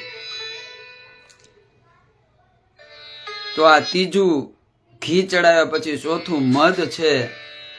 આ મધ જેવી મધુરતા લાવવી જોઈએ, મધમાખી જેવો સંપ લાવવો જોઈએ. કોઈ કીધું ને, માણસ કૂતરાની સામો બાંધી લે, એને પાણો મારે ભાગી જાય, પણ મધના પોળાને કોઈ પાણો ન મારે. નહીતર હાવ નાની માખીઓ છે પણ છતાં લોકોને ડર લાગે, કેમ એમાં સમૂહ છે, એક હારે માખી બધી આક્રમણ કરે તો ગમે તેવો માણસ હોય માણસને પાડી દે. સામૂહિક શક્તિ છે એનામાં. એમ પરમાત્માની કૃપાથી મારું તમારું મન શુદ્ધ બને, આત્માની અનુભૂતિ થાય, જ્ઞાન મળે, કઈ શક્તિ મળે, માન મળે, સમાજમાં આપણી પ્રતિષ્ઠા વધે, આપણો હોદ્દો વધે, ધન વધે. આ બધું વધે પછી અભિમાન નહીં, પછી મધ જેવી મધુરતા લાવો, મધની જેવી ભાવના લાવો, જેમ સાથે મળે અને બધાના સંયોગથી મધ બને. એકલાથી નથી બનતું, એક તત્વથી નથી બનતું, બધા તત્વો ભેગા થાય અને બધી માખી પોતપોતાનું યોગદાન આપે ને ત્યારે સમાજને મધ મળે છે. એમ આ જગતમાં હું તમે ઘરમાં, કુટુંબમાં, પરિવારમાં, જ્ઞાતિમાં, ગામમાં, જિલ્લામાં, રાષ્ટ્રમાં, દેશમાં સૌને અમૃતરૂપી મધુરતા જોતી હોય તો આવી જ્યારે સૌ પોતાની યોગ્યતા પ્રમાણે, કેમ કે આ માખી બધી પોતપોતાના યોગ્યતા પ્રમાણે રસ લાવે અને આ બધા રસ ભેગા થાય. અને બધા રસ ક્યારે ભેગા થાય કે કોઈ કોઈને ખેંચતું નથી, સૌને ભગવાને યુનિક બનાવ્યા. આ જગતમાં સૌનું અસ્તિત્વ છે અને સૌની પાસે કાંઈ ને કાંઈ દેવાની શક્તિ છે. બસ આપણે આપણી પાસે શું છે દેવા મળવી, આપણે બીજાને પાડવામાં ન રહેવી. તો એ માખી જે રીતે મધુર, ખાટો, તીખો, મોળો અનેક પ્રકારના નવે નવ રસ ભેગા કરે, નવે રસનું મિશ્રણ થાય અને એમાંથી મધુર મધ બને. એમ મારા તમારા જીવનમાં જ્ઞાન આવે, આત્માનો પ્રકાશ થાય. પછી આપણે આ વસ્તુ કરવાની છે. આ વસ્તુ દ્વારા મારા તમારા જીવનમાં સંપ આવે, સમૂહમાં આપણે ભેગા મળવી. કેમ કે સમૂહ વગર ક્યારેય જીવનમાં મધુરતા આવતી નથી. આ દેવ અને દાનો બેયને અમૃત જોતું હતું અને ભગવાને કીધું એટલે દેવતાઓ દોડ્યા. ત્યારે ભગવાને કીધું કે તમારા એકલાથી મંથન નહીં થાય, તમારે દાનવને સાથે લેવા પડશે. એમ મારે ને તમારે સમાજ છે, રાષ્ટ્ર છે, આમાં બધાની પ્રકૃતિ અલગ, બધાના મતભેદ હોય, પણ જે રાષ્ટ્રમાં, જે જ્ઞાતિમાં, જે ઘરમાં, જે દેશમાં મતભેદ હોય પણ મનભેદ ન હોવો જોઈએ. મન બધાનું એક હોવું જોઈએ. મેં કીધું એમ કે એક જ ધર્મ છે, ધર્મની બધાની વ્યાખ્યા અલગ અલગ છે, પંથ અલગ અલગ છે, પણ ધર્મ તો એક જ છે, માનવ ધર્મ. જે પંથની અંદર માનવતા હશે ને એ જ સમાજને મધુરતા આપી શકે, એ જ સમાજને અમૃત આપી શકે. પણ જે ધર્મની અંદર માનવતા નહીં હોય કેન્દ્રમાં, એ ધર્મ પોતાનું પણ અહિત કરે, સમાજનું અને રાષ્ટ્રનું પણ અહિત કરે છે. તેથી આ બધા પંથે રસ્તા છે પોગવાનું બધાએ માનવતા સુધી છે, અને માનવતા એ કોઈ સામાન્ય વસ્તુ નથી. એક મને વાત યાદ આવે છે.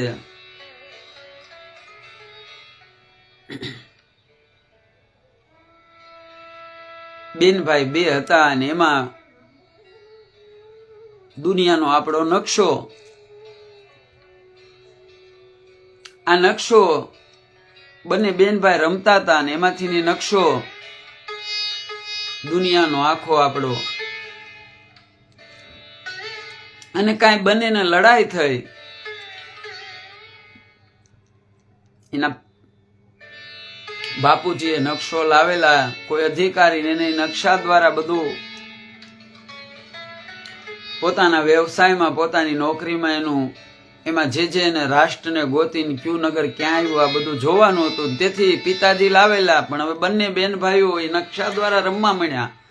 આને મારે ભૂંગળું કરી એમાંથી વધારે વાગી ગયું અને ભાઈને ક્રોધ આવ્યો અને ભાઈએ નકશાના કટકે કટકા કરી નાખ્યા. હવે ખબર પડી કે આ તો પિતાજીને કામની વસ્તુ છે, આ નકશો એને બનાવી અને એના વ્યવસાયમાં એને દેવાનો છે. હવે જોયું નકશાને કટકા એવા કરી નાખ્યા, કઈ ભેગું થાય નહીં. ઘણી મહેનત કરી ભાઈએ, મહેનત કરી છતાં પણ એ મળ્યો નહીં. બેને મહેનત કરી છતાં પણ નકશો હરખો પૂરો થયો નહીં. ત્યારે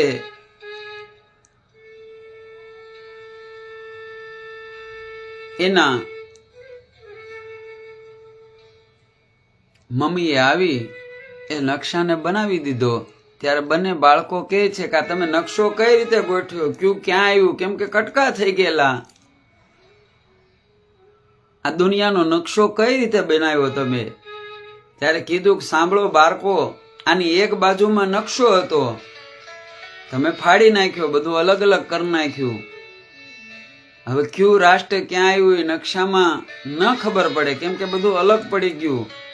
પણ આ એક બાજુ નકશાનું અને રાષ્ટ્રનું, દેશનો નકશો હતો, પણ બીજી બાજુ છે ને માનવનું ચિત્ર હતું. એટલે મેં નકશાને નહીં પણ પાછળની સાઈડમાં જે માનવનું ચિત્ર હતું ને, આ માણસ આખો બનાવી દીધો.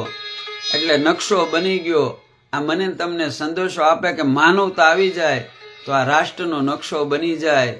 સારે જહાં સે અચ્છા એ હિન્દુસ્તાન હમારા, હમ બુલબુલે હે ઇસકે એ ગુલસ્તિતા હમારા. હે એમાં વસુધે કુટુંબ, આપણા ઋષિએ આ વિશ્વને કુટુંબ કીધું છે. પણ એ કુટુંબને, એ સનાતનને ધારણ કરવામાં મૂળમાં કોઈ હોય તો એ માનવ ધર્મ છે, જેની અંદર માનવતા આવે અને એની અંદર સંપ આવે. આ મધમાખી, આ મધ ચડાવી પંચામૃતમાંથી, અને મધમાં જે સંપ છે મધમાખીમાં, અને સૌ પોતાની યોગ્યતા પ્રમાણેમાં આહુતિ આપે, ત્યારે મને તમને આ મધ મળે, જેની ઔષધિ બને, રોગ મટે. એમ હું તમે પણ આ સંસારમાં આવ્યા, મોટામાં મોટો રોગ પકડ્યો, એને ભવરોગ કીધો છે. આ ભવરોગમાંથી મુક્તિ થવું હોય તો આ મધ જેવી સામૂહિકતા, સર્વમાં પ્રેમ ભાવના, સૌમાં સંપ. કેમ કે હવમાં કાંઈ વિશેષતા છે, સૌ પોતપોતાની જગ્યાએ યોગ્ય છે.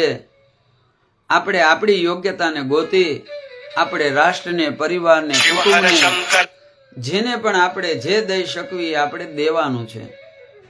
તમે દેવા મણો એટલે રાષ્ટ્ર, સમાજ, પ્રકૃતિ તમને આપે.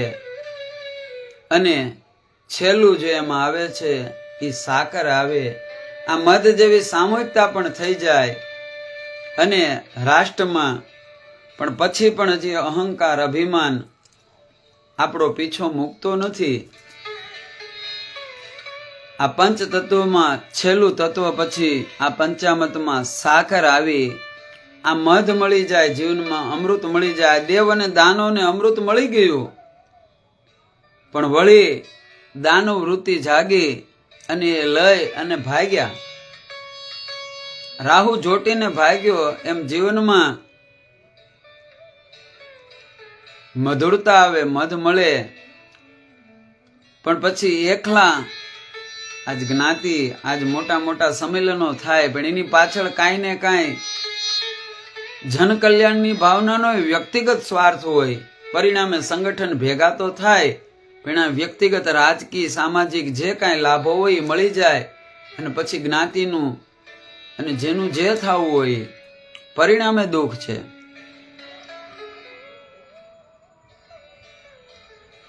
સંગઠન એ શક્તિ છે, પણ એ જ સંગઠન ટક્યું રે. આગેવાન એક જ હોય, આગેવાન બધાનો હોય. જે જ્ઞાતિમાં અનેક આગેવાન હોય ત્યાં ક્યારેય સંગઠન ન થાય. રાજા એક હોય, આકાશમાં તારા અનેક હોય, પણ સૂરજ તો એક જ હોય. પણ સૂર્ય જેમ સર્વનો આત્મા છે, એમ પ્રમુખ એને કહેવાય, આગેવાન એને કહેવાય. કાલે આવ્યું એમ રામાયણમાં કીધું, મુખિયા મુખશો ચાહીએ. આ માણસ ખાય મુખ દ્વારા, પણ જે મોઢું જમવાનું કામ કરે પછી એનામાં જે કાંઈ જમે એનો રસ આખા શરીરને વેચી દે. આંગળીને, હાથને, પગને, નાકને, આંખને, કાનને, માથાના વાળને, પગના નખથી લઈ અને માથાના વાળ સુધી આ જમે મુખ, પણ એનું બધું ફળ બધાને વેચી દે. એમ જે જ્ઞાતિમાં, જે રાષ્ટ્રમાં, જે દેશમાં પ્રમુખ એક હોય, મુખિયા એક હોય, પણ એ મુખ જેવો, રાજા મુખ જેવો હોવો જોઈએ કે પોતે ખાય પણ એના દ્વારા પોષણ બધાનું થાય. તેથી સમૂહતા આવે, સામૂહિકતા આવે, અમૃત પણ આવે, મધ પણ મળે. પણ આ ભવરોગને અને જો મારે તમારે મુક્ત બનવું હોય તો પાંચમું ને અંતિમ જે પંચામતનું દ્રવ્ય છે એ સાકર છે. આ સાકરનો ગુણ મને તમને એ બતાવે જ્યારે પરમાત્માની કૃપાથી આપણામાં ધવલતા વધે, શુદ્ધતા વધે, પવિત્રતા વધે, એટલે આપણા દોષ દેખાય અને એ દોષનું સમર્પણ થાય, એટલે એનું મંથન થાય, એમાંથી સત્વરૂપી ઘી આત્માનો પ્રકાશ થાય. એ આત્માને શાશ્વત કરવા માટે મારે તમારે સામૂહિકતા, જે આત્મા મારામાં છે એ સર્વમાં છે, સર્વમાં આત્મભાવ આવે. પણ આ સર્વનો આત્મભાવ ત્યારે પરમાત્મા રૂપી, જેમ કીધું એમ કે મારા તમારામાં સમર્પણ અને ભક્તિ આવે. આ સાકર છે એનામાં મોટામાં મોટો ગુણ હોય, એનામાં સમર્પણ છે. અને સમર્પણ પાછું કેવું તમે જુઓ, સાકર તમે દૂધમાં નાખો એટલે દૂધમાં ગળી જાય, ભળી જાય. એકવાર સાકર ભળી જાય ને પછી કદાચ વિજ્ઞાન ગમે એટલું કરે પણ એ સાકરને દૂધ સાથે નોખી ન કરે, એ નોખી ન પડે, એ એક થઈ જાય, ભળી જાય. એમ જીવનમાં, જે રાષ્ટ્રમાં, જે પરિવારમાં, કુટુંબમાં, જ્ઞાતિમાં, આપણા જીવનમાં સામૂહિકતા આવે પછી એવા ભળી જાઓ, નોખા ન પડો. પણ માત્ર ભરવાથી કાંઈ ન થાય. આ સાકર ભળે તો ખરી, પણ જેની સાથે ભળે ને પાછા એને પણ મીઠા બનાવી દે, એનો ગુણ એનામાં આવી જાય, એને અપનાવી લે. એમ સમાજમાં, રાષ્ટ્રમાં, ઘરમાં, પરિવારમાં મેં કીધું એમ મતભેદ બધાના હોય પણ મનભેદ ન હોય, બધા પોતાના સમાન મીઠા બની જાય. આ જે ભાવના સાકરની છે બધાને મધુર બનાવી દે. એમ પરમાત્મા મને તમને પણ જે આપે એના દ્વારા આપણે વેચી દેવી અને મધુરતા આવી જાય. તેથી આપણે નિત્ય પૂજામાં ભગવાનને પંચામૃત ચડાવવી. જ્યારે પણ પંચામૃત ચડાવી ત્યારે આ 5 વરદાન મારે તમારે લેવાના છે, અને તો જ મારા તમારા જીવનમાં આ સંપૂર્ણ રીતે 4 પુરુષાર્થ મેં કીધું એમ ધર્મ, અર્થ, કામ અને મોક્ષ, આ 5 અમૃતમાંથી એક અમૃતનું ત્યાગ કરો, દહીંનું સમર્પણ કરો, અને પછી મન એ શુદ્ધ બને, અને પછી જીવનમાં મારા તમારા ધર્મ, અર્થ, કામ અને મોક્ષ મળી જાય છે. રામને મળે ને એ રામ જેવો થઈ જાય. એમ સાકર જેને ભળે એને મીઠા બનાવી દે, એને એની જેવા કરી દે. એમ આપણા જીવનમાં આ ભાવ આવવો જોઈએ. તેથી હું કાયમ માટે કહું, આપણો સનાતન ધર્મ, આપણી સંસ્કૃતિ, આપણા વેદ, આપણા પુરાણો આ મારા તમારા જીવનનો આધાર છે. સનાતનને બચાવવા માટે કાંઈ નથી કરવાનું. સનાતનને જાણી લ્યો, સનાતન આપણને બચાવે છે. સનાતન સત્ય છે, સનાતન શાશ્વત છે. અત્યારે વર્તમાન પરિસ્થિતિમાં જે કાંઈ આવે આ બધામાં કોઈ મૂળભૂતમાં આપણે કરવાનું હોય સનાતનીએ તો આ સનાતનને જાણવાનું. આપણા વેદને, આપણી પૂજાને, આપણા કર્મકાંડને જાણો. જેનામાં આ 5 તત્વો, આ 5 ભાવ આવી જાય એને જીવનમાં દુનિયાના કોઈ પણ ખૂણામાં જાય એના પ્રેમ દ્વારા આખા જગતને જીતી લે. પૂજ્ય ભાઈશ્રી કાયમ માટે કે પોકેટમાં મની ન હોય પણ મુખમાં હની હોય ને તો તમે વર્લ્ડ ટૂર કરીને વહી આવો. પણ આ બધા ગુણ છે, આ એક દીમાં ન આવે. આનો અભ્યાસ કરવો પડે ને એની માટે સત્સંગ છે. આવો સત્યનો સંગ કરો. જ્યાં મને તમને સારું મળે એનો સંગ કરો, એનો પ્રચાર કરો અને આમાં આપણી આહુતિ આપો. મેં કીધું એમ આગળ નેગેટિવ હોય, વિવાદ હોય તો આપણે એને પવન વેગે ફેલાવી, પણ આવા ધર્મના, આવા શાસ્ત્રના માર્ગમાં આપણે એને ફેલાવતા નથી. આને વાયરલ નથી કરતા, આને શેર નથી કરતા. આ 10 દિવસના સત્સંગમાં હું રોજ કહું છું મારી ચેનલને સબસ્ક્રાઇબ કરો. આ બધા ગ્રુપમાં બધામાં હું નાખું વિડીયો. એક ગ્રુપમાં 1000 સભ્યો હોય પણ હજી મુદલ આ 8 દિના અનુષ્ઠાનમાં મેં વિડીયો 8 બનાવ્યા. માત્ર 30 જણા આમાં જોડાણા સબસ્ક્રાઇબર કરીને.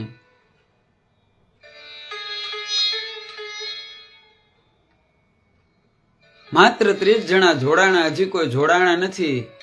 પણ તમે એક દિનો વિડીયો સાંભળો. આમાં કેટલું જીવનનું ભાથું છે. જો આમાંનું કોઈ પણ વસ્તુ, એક મંત્ર પણ આપણે જીવનમાં અપનાવી લેવી ને તો આખી જિંદગીમાં સફળતા આપણા હાથમાં આવી જાય.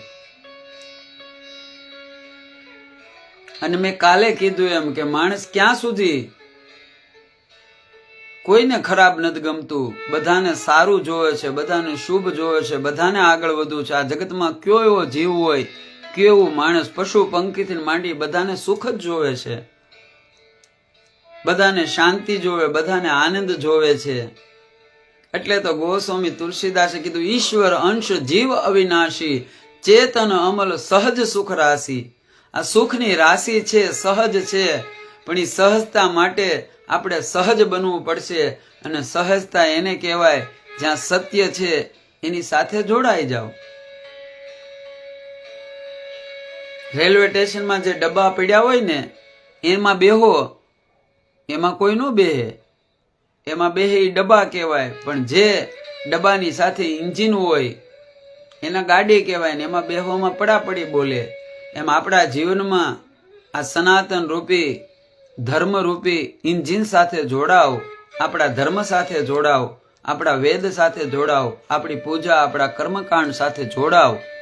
અને જ્યાંથી આપણને આનું સાચું જ્ઞાન અને સાચું જીવનનું ભાથું મળે એને વધારે પ્રચાર કરો. આપણે બીજું કાંઈ નથી કરવાનું. આ જે ઓલી આવી છે લિંક, એટલા લિંકને દબાવે ના કરે, એથી કાંઈ સમાજમાં નહીં ક્રાંતિ આવે. ઉલટાનું ઈ ઓલા એનું કરે ને આપણે આપણું કરવું. આ તો વિવાદ વધતો જાય. પણ સનાતનને જાણી લ્યો, સનાતનને તમે સમજી લ્યો. જો સનાતનનો ગુણ તમારે આવે તો મેં કીધું એમ કે ગમે તેવો હિંસાવાળો માણસ હોય પણ જો તમારામાં અહિંસા હોય તો તમારો વાળ વાકો ન થાય. આ બજરંગદાસ બાપા, આપણે તમે ભોળાનાથનું જોવો પરિવાર. માં ભગવતીનું વાહન સિંહ, ભગવાન શિવનું વાહન નંદી. પરસ્પરસ એકબીજાના વેરી છે, પણ જ્યાં કલ્યાણની ભાવના છે, જ્યાં મંગલની ભાવના છે, ત્યાં પોતપોતાના વેરને ભૂલી જાય છે. ભગવાન ગણપતિનું વાહન ઉંદર અને કાર્તિક સ્વામીનું વાહન મોર. ભગવાનના કંઠમાં સર્પ, આ સર્પનો આહાર એ ઉંદર છે, અને મોરનો આહાર એ સર્પ છે.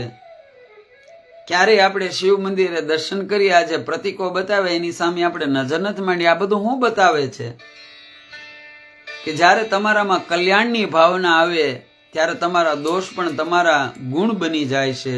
એકબીજાના પૂરક બની જાય છે. મેં કીધું એમ દૂધ ગમે એટલું હોય,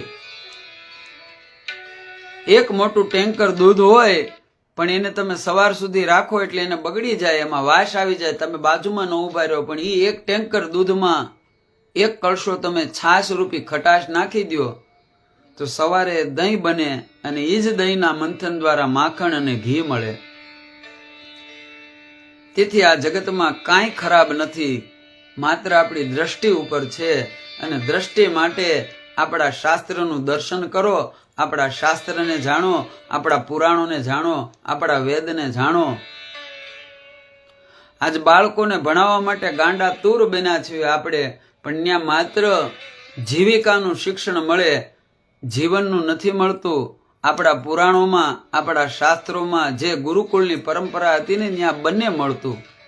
પ્રથમ એને જીવનનું શિક્ષણ આપતા અને પછી જીવિકાનું. તેથી આજે તમે જુઓ સમાજમાં સારો એન્જિનિયર બને પણ સાથે સારો માણસ નથી, તેથી એનો બનાવેલો પુલ 15 દીમાં આપઘાત કરે. સમાજને સારો ડોક્ટર મળે પણ સાથે સારો માણસ નથી, તેથી આવે ને જે પેશન્ટ, એ પેશન્ટ એની માટે જીવ નથી, કમાવાનું સ્તોત્ર છે. હાર્ટ સ્પેશિયાલિસ્ટ ડોક્ટર હોય છે, હાર્ટનો ડોક્ટર, પણ હાર્ટ પેશન્ટ આવે અને ઇમરજન્સી હોય તો પેલા એટલા રૂપિયા જમા કરાવો પછી હું હાથમાં લઉં. હે,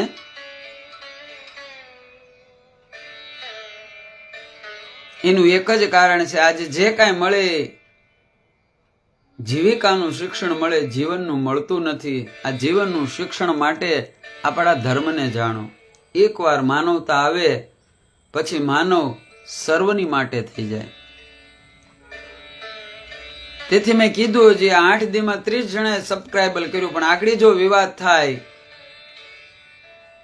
અને મારા અનુભવ છે, મેં કીધું એમ કાલે પણ જે પિક્ચરમાં કોઈ વિવાદ આવે, કોઈ ઓલું આવે તો વિડીયો વાયરલ થાય અને એક દીમાં તો લાખો લોકો એને જોઈ લે, સબસ્ક્રાઇબર કરી લે, શેર કરી લે. એથી મારું તમારું અને આપણા બાળકોનું હિત નહીં થાય. સનાતની અને રાષ્ટ્રને અને આપણા જીવનને દિવ્ય બનાવવા માટે આવા વિડીયોને શેર કરો અને સબસ્ક્રાઇબર કરો. આપણા ધર્મને આપણે બચાવવાનો નથી, આપણે આપણા ધર્મને જાણવાનો, ધર્મ આપણને બચાવશે. આ જે છે ને એને ધર્મને જાણ્યો છે, એ કોઈ ધર્મને બચાવવા માટે બીજું કાંઈ નહીં, એનામાં ધર્મ આવી ગયો, ધર્મ આવી જાય એટલે ધર્મ મારી તમારી રક્ષા કરે છે.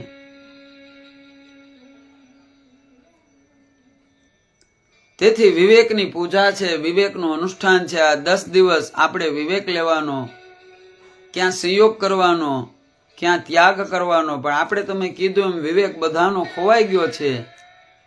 જ્યાં ખરાબ છે ત્યાં આપણે તરત જ આવી. સમાચાર પણ બધા ખરાબ જ આવે છે મીડિયામાં અને લોકોને ગમે છે. મેં કીધું એમ કે કોઈ બાંધ્યું હોય છે એટલે બધા વિડીયો જોવે, પણ આ વિડીયો નહીં જોવે કોઈ. 2 જણા બાજેની બોલે ની સાંભળો, કાલે વારે તમે કોકની ભેગા બાંધવાના. અને બાધે એમાં કોને હારું થયું? લડાઈમાં કોનું હારું થયું?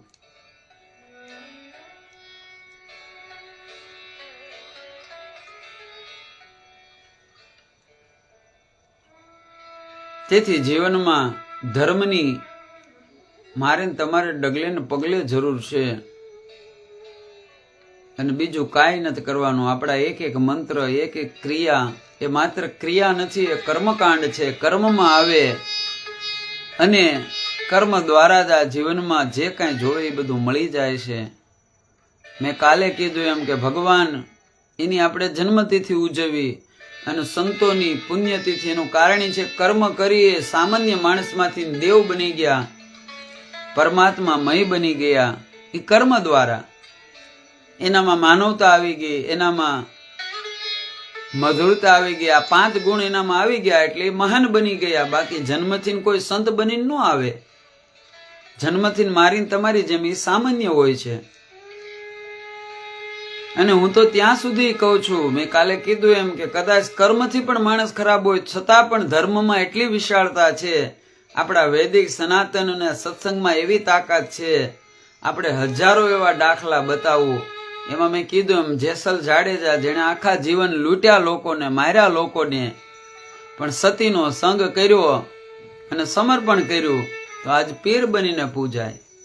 હે અંગુલીમાલ જેણે સંકલ્પ લીધો કે 1000 માણસની આંગળીનો હાર બનાવીને પહેરું અને 999 આંગળી એને પહેરી લીધી, એક આંગળી બાકી છે ના સંકલ્પમાં, અને જે વનની અંદર આ રહે છે હવે લોકો ત્યાં જાતા નથી વર્ષોથી, એક આંગળીનો સંકલ્પ બાકી છે.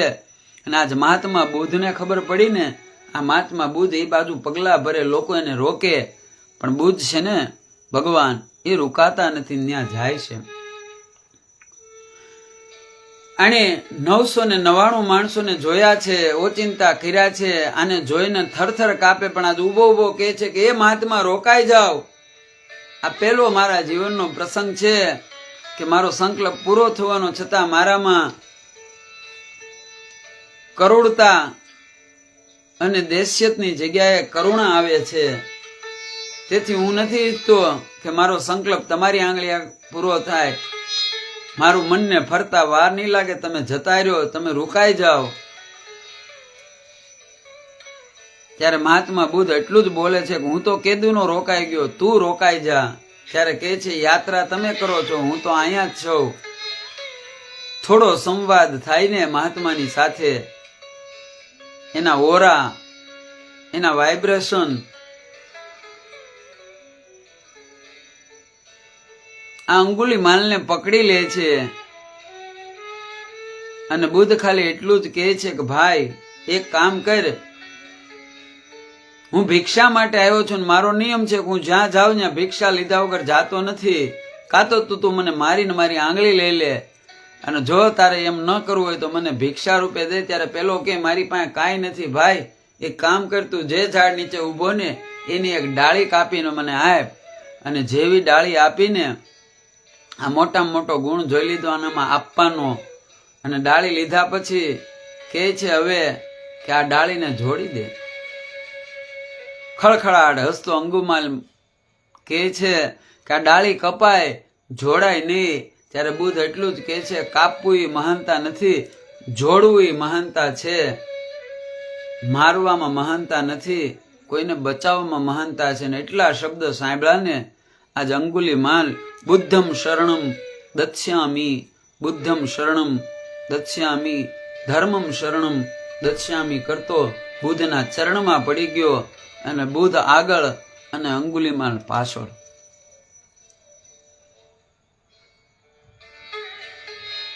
તેથી આ બતાવે છે કે આવા જેને જીવન આખું પાપ કર્યા એને પણ પરમાત્મા અને ધર્મ દ્વારા એનામાં દેવત્વ આવી જાય. તો આપણે તો એટલા પાપ નથી કર્યા, હજી મોડું નથી થયું, જાગ્યા નથી સવાર. આપણા ધર્મને, આપણા વૈદિક પરંપરાને, આપણા પુરાણોને, આપણા શાસ્ત્રોને, આપણી પૂજાને, આ બધાને જાણવી અને જાણી અને ક્રિયામાં લાવવી, કર્મમાં લાવી, અને એના દ્વારા આપણું, આપણા પરિવારનું, આપણી જ્ઞાતિનું, આપણા રાષ્ટ્રનું, આપણા દેશનું અને સમગ્ર માનવતાનું કલ્યાણ એના દ્વારા થશે. તેથી સનાતન એ સનાતન છે, વિશાળ છે. વળી બધાને બે હાથ જોડી પ્રાર્થના કરું કે જો મારી વાત તમારા હૃદયને સારી લાગી હોય તો વધારે ને વધારે લોકોને આ વિડીયો શેર કરો અને આપણા ધર્મને, આપણી પરંપરાને આગળ વધારો. આ મીડિયાનો જમાનો છે. આ સમયમાં અનેક પ્રકારના દૂષણો જ્યારે આ મીડિયા દ્વારા આપણામાં આવે છે, મેં કીધું એમ હું કાયમ માટે કહું કે વસ્તુ કોઈ ખરાબ નથી હોતી, એનો ઉપયોગ કરનારો ખરાબ, અથવા તો એની પત્ની દ્રષ્ટિ માણસની ખરાબ હોય છે. ચાકુ ચોરના હાથમાં હોય, એ કોઈને ખૂન કરીને લૂંટી લે, ને એનું ચાકુ ડોક્ટરના હાથમાં હોય, ઓપરેશન દ્વારા કોઈનો જીવ બચાવે. એમાં મોબાઈલ દ્વારા આપણે અનેક એવા ખોટા વિડીયોને વાયરલ કર્યા, અને એના લીધે સમાજમાં વધતું જ જાય છે બધું. તમે જુઓ આ એટલું પણ દિવસે ને દિવસે નવું વિવાદ વધતો જાય છે. આનું સમાધાન નથી. સમાધાન ધર્મ દ્વારા થાય, સમાધાન માનવતા દ્વારા થાય. તેથી સનાતનની રક્ષા નહીં, સનાતનની જાગૃતિ કરો. સનાતન માટે આપણે બીજું કાંઈ નથી કરવાનું, આપણે સનાતનને જાણવાનો છે. સનાતનને અનુભવ કરો. સનાતન એ ઈશ્વર છે, સનાતન એ સત્ય છે. સત્ય હંમેશા જાણવાનું હોય. સત્ય છે ને એ મને તમને સદાને માટે અજય કરી દે છે. તેથી વળી બધાને પ્રાર્થના, આ વિડીયોને વધારે ને વધારે શેર કરજો, મારી ચેનલને સબસ્ક્રાઇબ કરજો અને વધારે ને વધારે મારી ફેસબુકને ફોલો કરી અને આ ધર્મને અને આ યજ્ઞને આહુતિ આપજો. આ ગણપતિ ઉત્સવના 8મા દિવસનું જે પંચામૃતનું મેં તમને મહાત્મય સમજાયું, આ 5 અમૃત જેનામાં આવે એના જીવનમાં દિવ્યતા આવે, ભવ્યતા આવે, મંગલતા આવે અને આ જગતની બધી કામના. તેથી આ વિડીયોને પૂરો સાંભળજો, ધ્યાન દઈને સાંભળજો. 3 કલાકનું પિક્ચર જોવામાં કાંઈ નથી મળતું, પણ આને જો સાંભળશો ને તો કાંક તમારા જીવનમાં દિવ્યતા, ભવ્યતા અને જીવનમાં એવું કાંઈ મળશે જે કાયમની માટે તમને ઉપયોગી થાય. તેથી સૌને જય શ્રી કૃષ્ણ, હર હર મહાદેવ, જય ગણેશ, અસ્તુ.